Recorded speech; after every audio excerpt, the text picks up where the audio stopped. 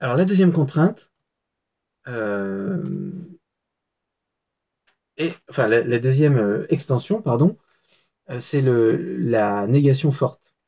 Donc en section 3, on a défini des programmes logiques normaux, c'est-à-dire des programmes logiques qui permettent une négation faible dite par défaut dans les corps de règle. Donc le sens intuitif de note A, c'est que A ne peut pas être prouvé en utilisant les règles. C'est-à-dire que A est faux par défaut. Ou bien on peut dire aussi que on statue que A est faux. On croit que A est faux. A est cru comme faux, est perçu comme faux. Mais c'est différent de savoir ou de savoir après, enfin de postuler ou de savoir après une preuve que A est faux. Et c'est ça qui est exprimé par le note A ici, avec le vrai symbole ici traditionnel. Tout à l'heure, on ne voyait pas la petite barre verticale. Ah, mais voilà, c'est ça. Donc en ASP, en fait, cette négation, elle est remplacée par le symbole, le tiret long. Voilà. Et donc, donc là, on a vraiment deux expressions différentes de la négation. On a une première négation qui est traitée par défaut comme on ne peut pas prouver que A est vrai, donc on considère que A est faux. Et là, le note A, c'est la deuxième négation, une négation forte, qui est interprétée comme A, on postule que A est faux, ou bien on peut montrer que A est faux. On peut démontrer que A est faux. Donc, exemple 28, l'exemple de John McCarthy, semble-t-il. Donc, on considère un agent A avec la tâche suivante. A un croisement de voies ferrées. On, on peut traverser s'il n'y a aucun train qui s'approche. Donc un passage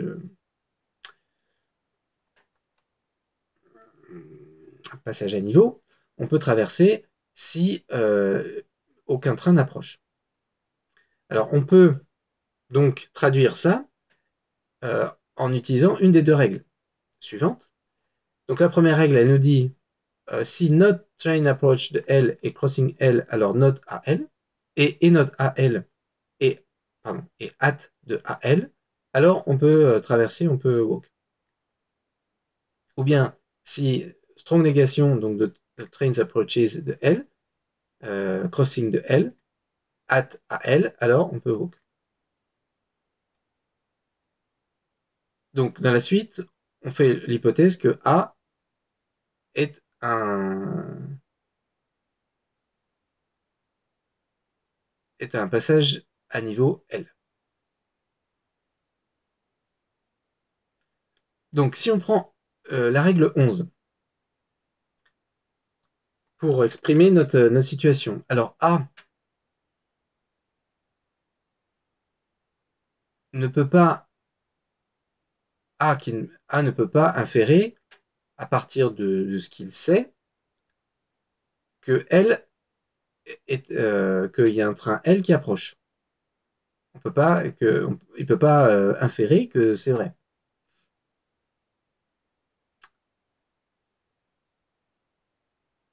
Si on prend 11 et que A ne peut pas inférer que L est vrai, alors qu'est-ce qui se passe?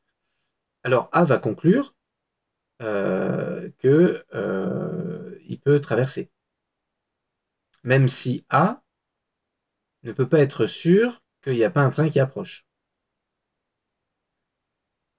Et oui, parce que ce qu'il connaît, sa connaissance du monde, pourrait ne pas représenter l'état du monde de manière complète.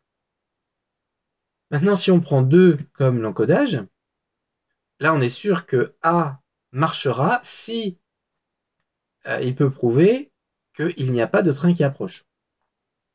Donc, en résumé, donc, la première, la négation faible avec le note nous dit si je suis pas capable de savoir s'il y a un train qui approche ou pas, ben, je vais considérer qu'il n'y a pas de train qui approche. Et donc, je vais traverser. Et si, et dans la deuxième possibilité, je traverserai uniquement si je suis sûr, si je peux prouver, ou si je sais qu'il n'y a aucun train qui approche.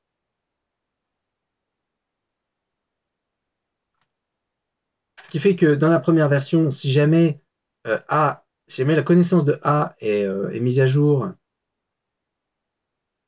alors ça peut aboutir à une autre conclusion. C'est-à-dire si jamais il y a une connaissance haute qui arrive et que du coup ça infère, on arrive à inférer que le train, qu'il y a un train qui approche, alors il va arrêter de marcher. Et c'est le comportement typique en fait des règles non monotones comme 11, mais ça peut être un comportement non désiré dans certaines situations critiques, comme par exemple ici, hein, traverser un passage à niveau. Euh, ouais, puisque ça peut être dangereux en fait, évidemment. Donc, de ce point de vue-là, en fait, dans cette situation-là, en l'occurrence, la règle 12 est quand même préférable. Parce que là, on est sûr que tant qu'on n'est pas sûr qu'il n'y a pas de train qui approche, ben on n'avance pas, quoi.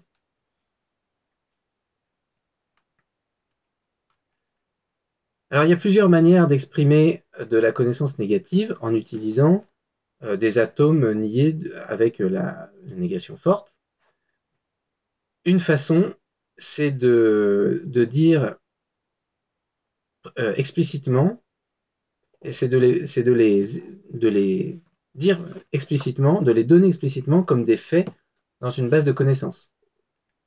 Par exemple, le fait not broken battery exprime, qu'on exprime la connaissance suivante, qu'on sait qu'il y a euh, une batterie qui s'appelle batterie, qui est réellement non cassée, donc qui est réellement opérationnelle.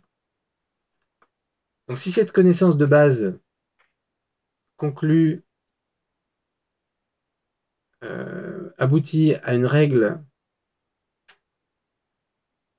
si cette connaissance de base, voilà, aboutit via une règle autre que on a broken de batterie et que c'est vrai, alors on a une inconsistance. Et si on a une inconsistance, alors il n'y a plus aucun modèle vrai dans cette base de connaissances particulière. Donc une autre application utile de la négation forte, en combinaison avec la négation faible, c'est d'exprimer des règles par défaut. Par exemple, on peut exprimer qu'un oiseau vole par défaut, avec la règle. euh, Ah oui, d'accord, là on mélange le not et la négation forte. Donc la règle qui nous dit si X est un oiseau, et si on n'a pas, et si on ne peut pas prouver que X ne vole pas, alors X vole. Par défaut, il vole. Donc maintenant, on donne une petite définition donc des Extended Logic Programs, donc des programmes logiques normaux qui sont étendus à la négation forte. Donc je surligne en bleu la définition. Donc un programme logique étendu, ELP, c'est un ensemble fini de règles. Donc B1 jusqu'à BM, note C1 jusqu'à note CM implique A, avec N et M positifs ou nuls. Et puis A et les BI et les CJ sont des atomes ou bien des négations fortes d'atomes, toujours en logique du premier ordre, toujours dans un langage du premier ordre. Alors la sémantique de ELP peut être définie de différentes façons, soit d'une manière traditionnelle, je crois que c'est ça que ça veut dire, en considérant des ensembles de littéraux clos plus que des ensembles d'atomes sur la base, comme c'est fait dans 11, comme base, comme c'est fait dans 11, ou par une simple réduction à un programme, à des programmes logiques normaux qui vont, intégrer la négation forte et du coup l'enlever du programme.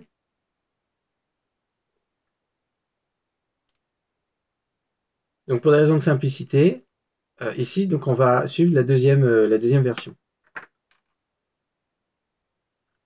À cette fin, qu'est-ce qu'on fait comme hypothèse? Donc on va voir les littéraux fortement négatifs, donc moins P de X, comme des atomes avec un prédicat, avec un symbole de prédicat nouveau moins P, pour chaque atome P. Et on va ajouter la clause qui nous dit qu'on ne peut pas avoir P et moins P en même temps dans une règle.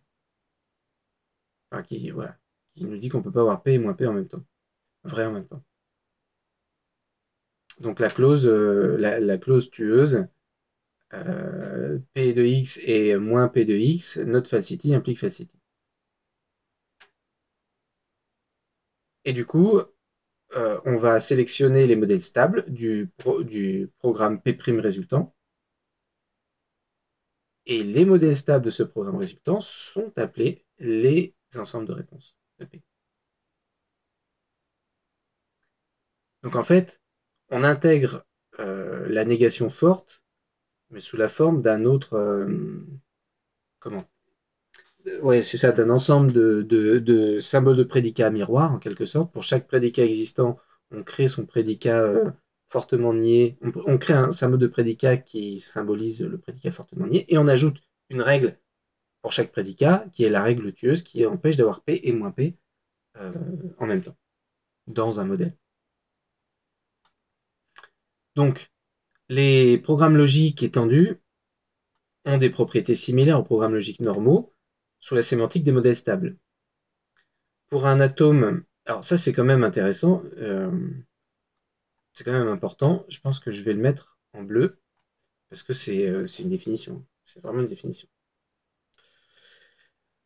Donc pour un atome A, la contrainte 14 empêche que à la fois A et moins A soient contenus dans un answer set, c'est-à-dire qu'on ait un atome clos et sa négation, c'est-à-dire le même atome, sauf qu'à la place du symbole de prédicat, on a utilisé le symbole de prédicat fortement nié, qu'on avait créé pour l'occasion, qu'on ait ces deux atomes clos en même temps dans un modèle. Et donc dans un answer set, puisqu'ils sont appelés comme ça à partir de ce moment-là. Donc on peut visualiser cette situation avec un point de vue, euh, le point de vue de quelqu'un qui adopterait trois valeurs en fait de vérité. Donc c'est-à-dire qu'on a un atome qui peut être vrai, un atome peut être vrai, un atome peut être faux, ou un atome peut être non défini. C'est-à-dire que on ne connaît pas, on ne sait pas si l'atome est vrai ou faux. Ce contraste, ça contraste évidemment avec la vision avec deux valeurs de vérité, des modèles stables d'un programme logique normal. Une vision dans laquelle un atome est soit vrai s'il est dans le modèle, soit faux s'il n'est pas dans le modèle. Et donc là, c'est ce que j'avais évoqué dans une vidéo précédente, c'est en fait c'est vraiment l'état d'esprit de l'hypothèse du monde fermé de Reiter. Il y a une petite note là, 15, qui nous dit quoi?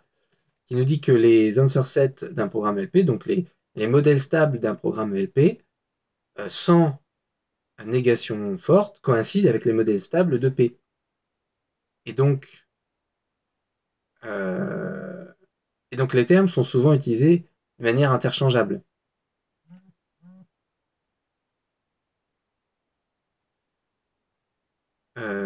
Donc, créant une confusion entre des approches à 2 valeurs de vérité et des approches à 3 valeurs de vérité. Ok. Alors, je suis pas sûr d'avoir bien compris pourquoi on peut voir cette situation-là comme une situation avec 3 valeurs de vérité.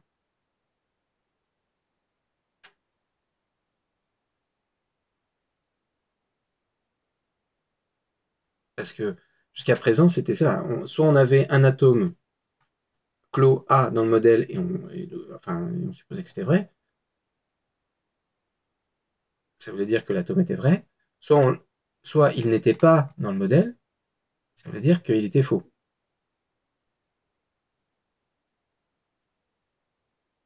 Euh, Ah oui, d'accord. Oui, d'accord, je crois que je commence à comprendre.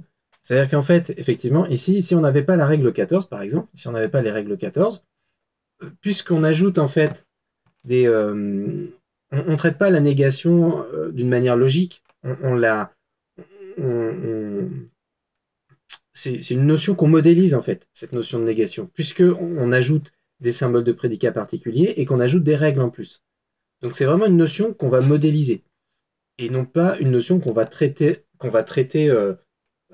dans le cœur du.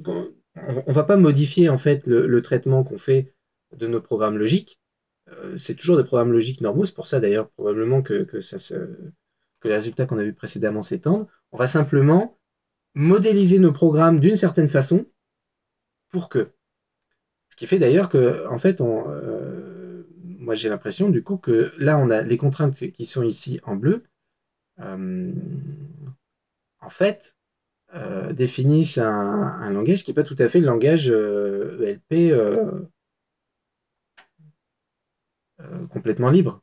Puisqu'à chaque fois qu'on a un programme, enfin, on va pas pouvoir. En fait, on n'intègre pas vraiment la négation forte. On modélise la négation forte, encore une fois. Ce qui fait que quoi? Ce qui fait qu'on peut très bien envisager des interprétations avec à l'intérieur un atome P de A et un atome non P de A.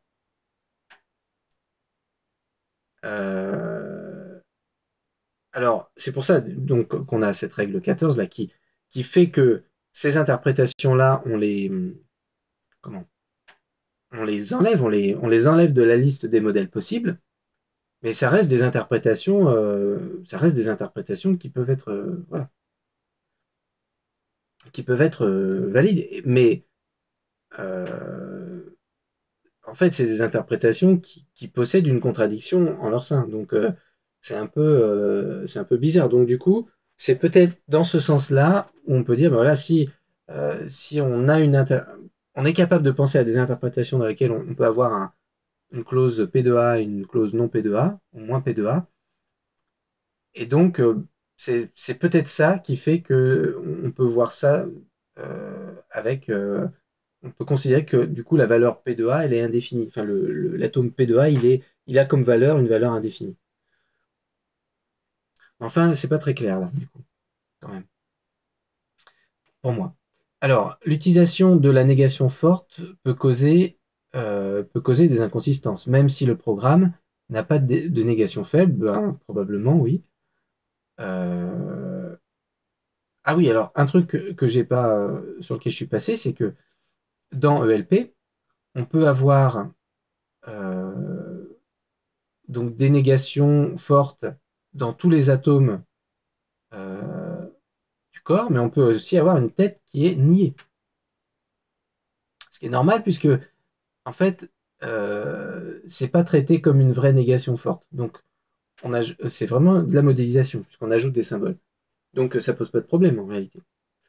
Euh, donc, par exemple, ici, donc on a un programme qui nous dit vrai. Voilà, on a vrai, c'est vrai. Donc, bon. Et puis on a euh, bah, en fait, vrai, pour le moment, c'est qu'une constante. D'accord. Ici, c'est vraiment qu'une. Hmm, non, non, non, non. Je pense que non, non, non, non, non, non, c'est pas une constante. Pas du tout, parce qu'on ne peut pas avoir. Ça serait pas un atome. Donc c'est vraiment l'atome vrai. On imagine que c'est l'atome qui est vrai tout le temps.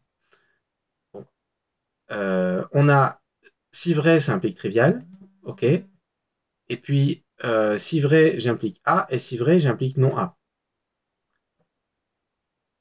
Donc forcément, bah, comme j'ai vrai, je vais impliquer A et non A, parce que je sais que j'ai vrai. Donc la contrainte 14 va empêcher que P ait des modèles. En fait, il n'y a pas de modèle ici. On peut très bien imaginer des interprétations possibles dans lesquelles je vais avoir A, non A moins A ou A et moins A, et trivial et true. Ok, enfin true, oui true c'est tout le temps vrai. Mais on peut pas, mais ça sera pas des modèles à cause de la contrainte 14. Cependant, cette inconsistance est à une nature différente que celle qui est causée par la négation par défaut. Exemple 17, alors ça peut être intéressant du coup euh, qu'on retourne à l'exemple 17. Alors est-ce que je vais trouver l'exemple 17? J'en suis pas très loin. Voilà, l'exemple 17, c'est cet exemple-là, l'exemple du programme qui est constitué uniquement de la règle note P implique P, qui n'a pas de modèle stable. Pourquoi? Si on considère une interprétation M pour ce programme-là, tel que P n'appartient pas à M, alors à ce moment-là, si P n'appartient pas à M, alors P est faux, donc notre P est vrai, donc P doit être vrai. Et comme donc P doit être dans tous les modèles, donc comme P n'est pas dans M, et ben M n'est pas un modèle.